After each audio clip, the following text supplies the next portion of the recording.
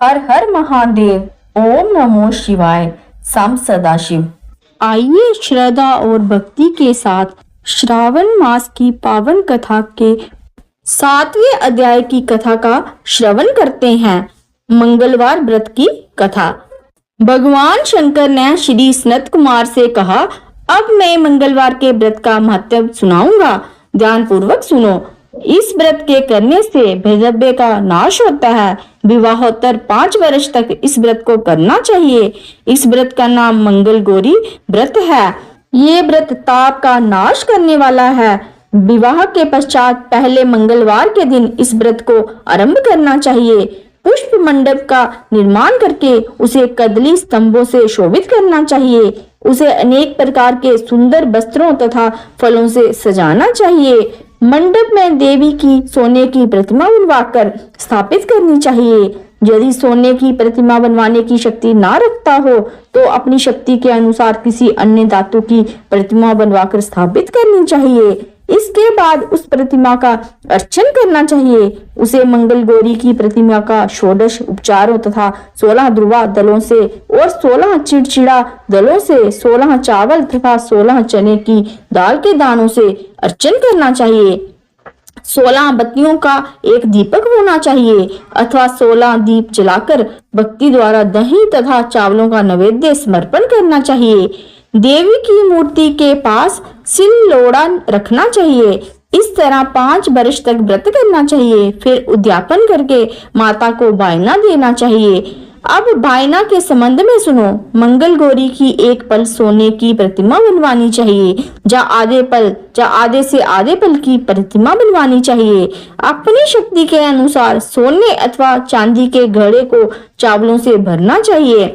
उस घड़े के ऊपर पहनने के कपड़े या चोली रखनी चाहिए। उसके ऊपर मंगल गौरी की प्रतिमा रखनी चाहिए। देवी के नजदीक, जैसा कि मैं ऊपर भी कह आया हूँ, सिल्लोड़ा रखना चाहिए। ये सिल्लोड़ा चांदी का होना चाहिए। इस प्रकार माता के लिए बायना देना चाहिए। फिर 16 सुहागन ब्राह्मणियों को भोजन करावें। हे सनत कुमार, इस प्रकार व्रत करने से 7 जन्म तक अटल सौभाग्य तथा पुत्र पौत्र एवं संपत्ति आदि सब अपने आप प्राप्त हो जाया करते हैं। सनत कुमार ने भगवान शिव से पूछा, प्रभु, इस व्रत को पहल किसने किया था और उनके करने से किस फल की प्राप्ति हुई थी? कृपा करके आप मुझे इस व्रत के संबंध में इस प्रकार बतलाइए, जिससे इस व्रत में मेरी श्रद्धा हो जाए। भगवान शिव ने कहा, हे सनत कुमार, प्राचीन काल में कुरु देश में श्रुति कीर्ति नामक एक राजा शास्त्र ज्ञाता, कीर्तिमान तथा शत्रु रहित था।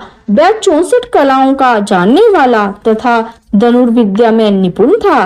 उसके यहाँ संसार की किसी भी वस्तु की कमी ना थी। कमी थी तो केवल एक संतान की। संतान की प्राप्ति के लिए वह दिन रात यत्न करता रहता था। उसे संतान के लिए देवी की आराधना भी की। एक दिन देवी ने उसकी आराधना से प्रसन्न होकर उसे साक्षात दर्शन दे दिया और कहा, हे श्रुति कीर्ति, वर मांगो। राजा श्रुति कीर्ति ने कहा, माँ, यदि आप मुझ पर प्रसन्न हैं तो मुझे एक पुत्र दें। आपकी कृपा से मेरे यहाँ धन धान्य आदि किसी चीज की कमी नहीं। बस एक पुत्र सुख को छोड़कर मेरे यहाँ सब आनंद है। राजा का वचन सुनकर देवी मुस्कुराई। उसने कहा, राजन, तुमने एक दुर्लभ वस्तु की जांचना की है, फिर भी तुमको पुत्र अवश्य दूंगी। लेकिन तुम मेरी बात को ध्यान देकर सुनो। तुम्हारे यहाँ जो पुत्र होगा वह अत्यंत गुणवान भी होगा, किंतु वह 16 वर्ष से अधिक नहीं जिएगा। हाँ, यदि एक सुंदर अथवा विद्या विहीन पुत्र होगा तो वह बहुत समय तक जीवित रहेगा। देवी की बात सुनकर राजा चिंताग्रस्त हो गया। उसने अपनी रानी से बात की और फिर उसकी बात से गुणी संपूर्ण लक्षण युक्त 16 वर्ष की आयु वाला पुत्र मांगा। देवी ने कहा, राजा, मेरे मंदिर के मुख्य द्वार पर आम का पेड़ है। मेरी आज्ञा है कि तुम उस पेड़ में से एक आम तोड़कर अपनी रानी को खाने के लिए दो। उसको खाने से रानी को अवश्य में गर्व रहेगा। राजा ने प्रसन्न होकर देवी के मंदिर के मुख्य द्वार पर जो आम का पेड़ था वहां से एक आम तोड़कर अपनी पत्नी को खाने के लिए दिया। रानी ने देवी के आदेशानुसार फल खाया और 10 मास के पश्चात उसके यहाँ देवपुत्र तुल्य पुत्र पैदा हुआ।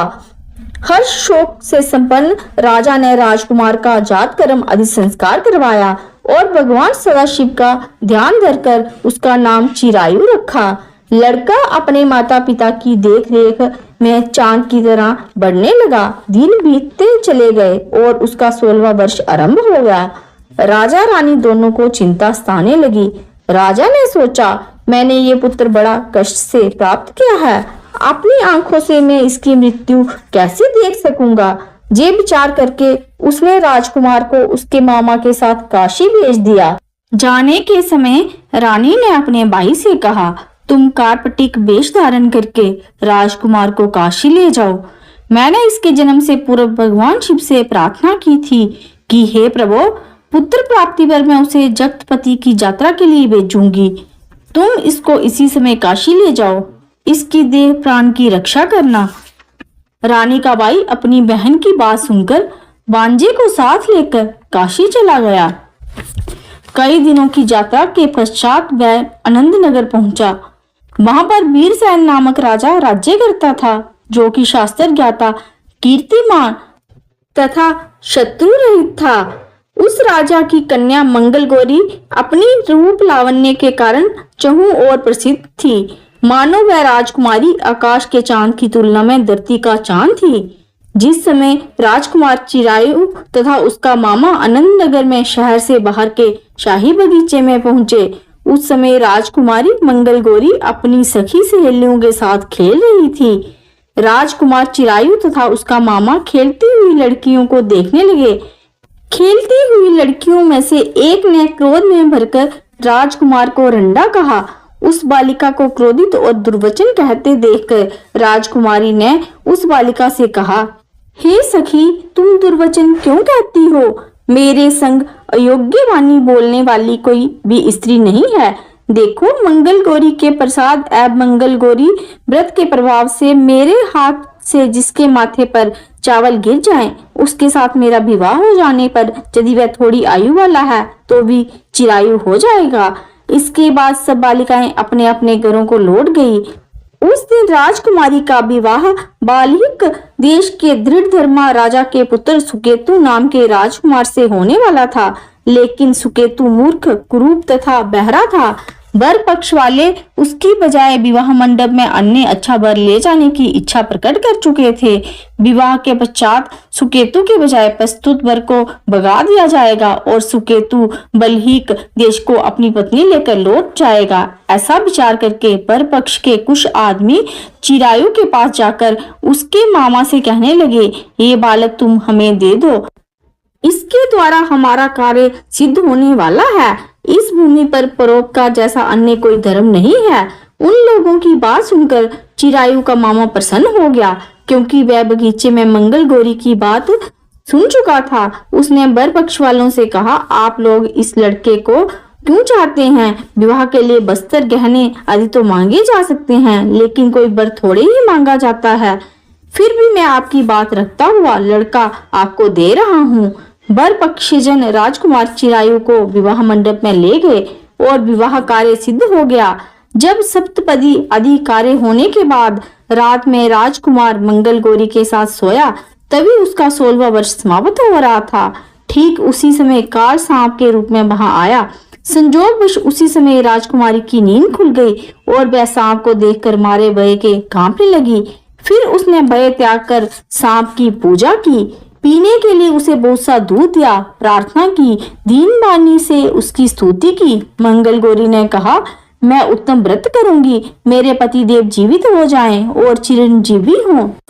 देखते ही देखते सांप कमंडल में प्रवेश कर गया। अपनी कुच की चोली से राजकुमारी ने कमंडल का मुख बांध दिया। उस समय राजकुमार अपने शरीर के अंगों को ऐंठते हुए जाकर उठकर बैठ गया। उसने राजकुमारी से कहा, मुझे बहुत भूख लगी है।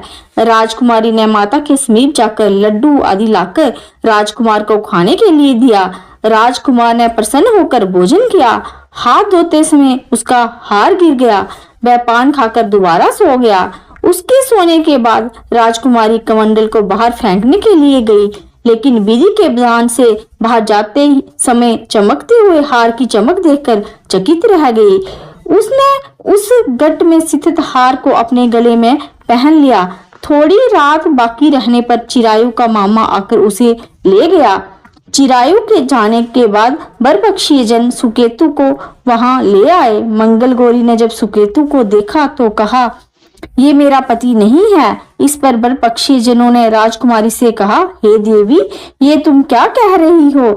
यदि कोई पहचान हो तो कहो। मंगल गौरी ने कहा, रात को मेरे पति ने जो मुझे जड़ाऊ हार दिया है, उस हार के रत्नों की सुंदरता ये बतलाए। ये कोई अन्य ही है। रात्रि में अमरसेचन के समय मेरे पति का केशर युक्त पद मेरी जांग में लगा हुआ है। सब लोग उसे देखो। रात के समय मेरे और मेरे पति के बीच जो बातचीत हुई है और हमने क्या भोजन किया था, ये भी बतलावे तो ये मेरा पति होगा। मंगल गौरी की बात सुनकर बरपक्षी जनों ने कहा, ठीक है, लेकिन सुकेतु उपयुक्त प्रश्नों में से किसी एक का भी उत्तर नहीं दे सका। इस पर कन्या पक्ष वालों ने उसके साथ राजकुमारी को भेजने से इनकार कर दिया और बरपक्षी जन अपना सा मुंह लेकर जैसे आए थे वैसे ही लौट गए। मंगल गौरी के पिता महाराज वीरसेन ने प्रसन्न होकर एक महान यज्ञ रचाया। उसने ये भी सुना कि बरपक्षी जन किस प्रकार अपने कुरूप राजकुमार के बजाय किसी अन्य सुंदर युवक को विवाह के मंडप में ले गए थे और उसके साथ मंगल गौरी का विवाह हुआ था। अब मंगल गौरी राजमहल के बरामदे में एक चिक्की ओट में बैठ गई और प्रत्येक आते जाते यात्री को देखने लगी ताकि उनमें कहीं उसे चिरायु दिखाई दे जाए। उधर चिरायु भी अपनी ससुराल का हाल जानने के लिए अपने मामा के साथ वहां आ पहुंचा। ज्यों ही वह चिक के सामने से गुजरा, मंगल गौरी ने उसे देखकर कहा, पिताजी, मेरे पति आ गए हैं। राजा ने तुरंत ही मामा भांजे को राजभवन के भीतर बुलवा भेजा। मंगल गौरी की बतलाई हुई सब निशानियां चिरायु में मौजूद थी। राजा ने वस्त्राभरण, अश्व, गज, रथ तथा अन्य बहुत सी चीजों के साथ मंगल गौरी को चिरायु के साथ कर दी। उसके बाद चिरायु राजा वीरसेन से विदा होकर अपनी पत्नी एवं मामा के साथ कुलनंदन सेना सहित अपने नगर को गया। जब उसके माता पिता ने लोगों के मुख से उसकी वापसी के संबंध में सुना तो उन्हें इस बात का विश्वास नहीं हुआ। वह सोचने लगे कि भाग्य के विपरीत कैसे हो सकता है। वह अभी यही सोच रहे थे कि राजकुमार चिरायु ने माता और पिता के चरणों में प्रणाम किया।